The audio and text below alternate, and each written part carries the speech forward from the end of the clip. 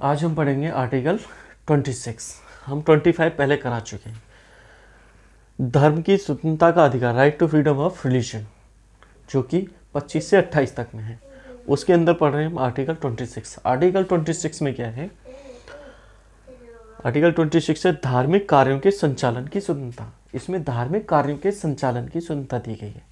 आप अपने धार्मिक कार्यों को बिना रोक टोक के चला सकते हो, कर सकते हो, उनका प्रबंधन कर सकते हो, उनको मैनेज कर सकते हो। Freedom to manage religious affairs, freedom to manage religious affairs. आगे क्या है? सार्वजनिक व्यवस्था, स्वास्थ्य और सदाचार के अधीन रहते हुए प्रत्येक धार्मिक संप्रदाय या उसके किसी भाग को निम्नलिखित अधिकार प्रदान किए जाएंगे। इसमें 3 चीज़ें कही गई हैं: सार्वजनिक व्यवस्था, स्वास्थ्य और सदाचार। आप किसी भी संप्रदाय के हो, किसी भी अनुभाग के हो, अगर आप इन 3 शर्तों को पूरा करते हो तो ही आपको ये बाकी 4 जो अधिकार दिए जाएंगे धर्म से रिलेटेड, इन 4 अधिकारों को ही आप पा सकते हो या फिर उनको यूज कर सकते हो। इन 3 तरह की व्यवस्थाओं को आपको पूरा करना पड़ेगा। अब ये क्या है? सार्वजनिक व्यवस्था। सार्वजनिक व्यवस्था क्या है कि जैसे भी कोई सार्वजनिक व्यवस्था चल रही है, लोक व्यवस्था चल रही है, उसके अकॉर्डिंग आपको चलना पड़ेगा। ये नहीं कि आप किसी धर्म को मानते हैं और कुछ भी करने लग रहे हैं, नहीं, आपको समाज के साथ चलना पड़ेगा। इस चीज़ की व्यवस्था है। स्वास्थ्य, आप अपने धर्म को मान रहे हैं तो दूसरे के स्वास्थ्य का आपको ध्यान रखना पड़ेगा। आप पूजा पाठ कुछ भी कर रहे हैं लेकिन दूसरे की तबीयत खराब नहीं होनी चाहिए उसकी वजह से। अगर बत्ती जला रहे हैं, 2 बत्ती जला रहे हैं या अन्य किसी तरह का क्रियाकलाप कर रहे हैं तो उससे क्या होगा? दूसरे के स्वास्थ्य को हानि नहीं पहुंचनी चाहिए।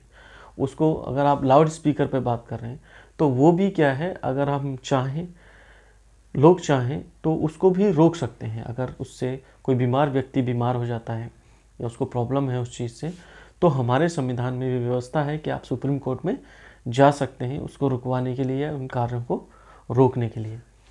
तो स्वास्थ्य का इसमें ध्यान रखा गया है। कोई भी धर्म मानिए, दूसरे के स्वास्थ्य पर असर नहीं पड़ना चाहिए। तीसरा है सदाचार। आप इस तरह का धर्म मानिए कि इससे सदाचार, भाईचारा खराब ना हो। ये नहीं कि लड़ाई हो रही है, आपके धर्म, अपना धर्म में मस्त हैं, आप पूरी तरह से स्वतंत्र हैं अपना धर्म मानने के लिए, लेकिन सदाचार और भाईचारा खत्म नहीं होना चाहिए उससे। इनकी व्यवस्था की गई है। के अधीन रहते हुए प्रत्येक धार्मिक संप्रदाय, इनके अधीन रहते हुए प्रत्येक धार्मिक संप्रदाय या उसके किसी भाग को निम्नलिखित अधिकार प्राप्त किए जाएंगे, प्रदान किए जाएंगे। अब ये अधिकार क्या क्या है? 4 तरह के हैं। धार्मिक और चैरिटेबल संस्थाओं की स्थापना और पोषण का अधिकार। धार्मिक और चैरिटेबल दोनों तरह की संस्थाओं की स्थापना कर सकते हैं और उसको पोषित कर सकते हैं। उसको पैसा वैसा लगा के जो भी चीज़ें लगानी है उसको चला सकते हैं। धार्मिक और चैरिटेबल संस्थाएं होती हैं दान वाली, दान करने वाली संस्थाएं, इनको चला सकते हैं। आगे है अपने धर्म से संबंधित कार्यों के संचालन का अधिकार। आप जो भी धर्म मानते हैं उससे संबंधित जो भी कार्य करना चाहते हैं उनको संचालित करने की पूरी स्वतंत्रता रहेगी, लेकिन कंडीशन हमेशा ध्यान रखना, इन 3 कंडीशन में आपको कंट्रोल में रहना पड़ेगा कि इसकी ये चीज़ें उल्लंघन ना हो, इन चीज़ों का उल्लंघन ना हो, तभी आप इन बाकी स्वतंत्रताओं का यूज कर सकते हैं। तीसरा है अपनी स्थायी और अस्थायी संपत्ति को अर्जित करने और उस पर स्वामित्व का अधिकार। अपनी स्थायी और अस्थायी संपत्ति को आप अर्जित कर सकते हो, कहीं भी है, जैसे भी है, और उसको प्रशासित कर सकते हो और उस पर स्वामित्व कर सकते हो। उसको कैसे प्रशासन करना है, कैसे चलाना है, क्या बनाना है उस पर, किसी भी संपत्ति पे, और उस पर स्वामित्व बनाए रखना आपका अधिकार होगा। ये याद रखना है, ये हमारे संविधान में संपत्ति का अधिकार नहीं दिया गया है, लेकिन ये कुछ अलग तरीके से दिया है। जैसे आपकी कोई भी संपत्ति है, जैसे स्थायी हो या अस्थायी हो, अस्थायी हो, संपत्ति को अर्जित कर सकते हो आप, कहीं भी पड़ी हुई है उसको अपने नाम करा सकते हो, अर्जित कर सकते हो, उस पर स्वामित्व अपना बनाए रख सकते हो, उस पर अर्जित करके आप कुछ भी कर सकते हो। चौथा है और ऐसी संपत्ति का विधि के अनुसार प्रशासन करने का आपको अधिकार होगा। जो भी आपकी संपत्ति है उस पर विधि के अनुसार प्रशासन करने का आपका अधिकार होगा। आपको कोई नहीं रोक सकता। आपकी संपत्ति पे आप कुछ भी कर सकते हो, उस पर किसी को दान दे सकते हो, कुछ बना सकते हो, मॉल बना सकते हो, दुकान बना सकते हो, कोई घर बना सकते हो, बंगला बना सकते हो, कुछ भी बना सकते हो, उसका प्रशासन आपके हाथ में होगा। ये तो थी अधिकारों की बात। अब इससे रिलेटेड कुछ चीज़ें हैं, यहाँ पे देखते हैं। आर्टिकल 25 व्यक्तिगत धार्मिक अधिकारों की गारंटी देता है। वहीं आर्टिकल 26 धार्मिक संप्रदायों तथा उनके अनुभागों के अधिकारों की बात करता है। आर्टिकल 25 व्यक्तिगत धार्मिक अधिकारों की बात करता है, व्यक्ति से रिलेटेड अधिकारों की बात करता है। वहीं आर्टिकल 26 संप्रदायों की बात कर रहा है, संप्रदाय और उसके भागों की बात कर रहा है, उनको धार्मिक स्वतंत्रता देने की बात कर रहा है।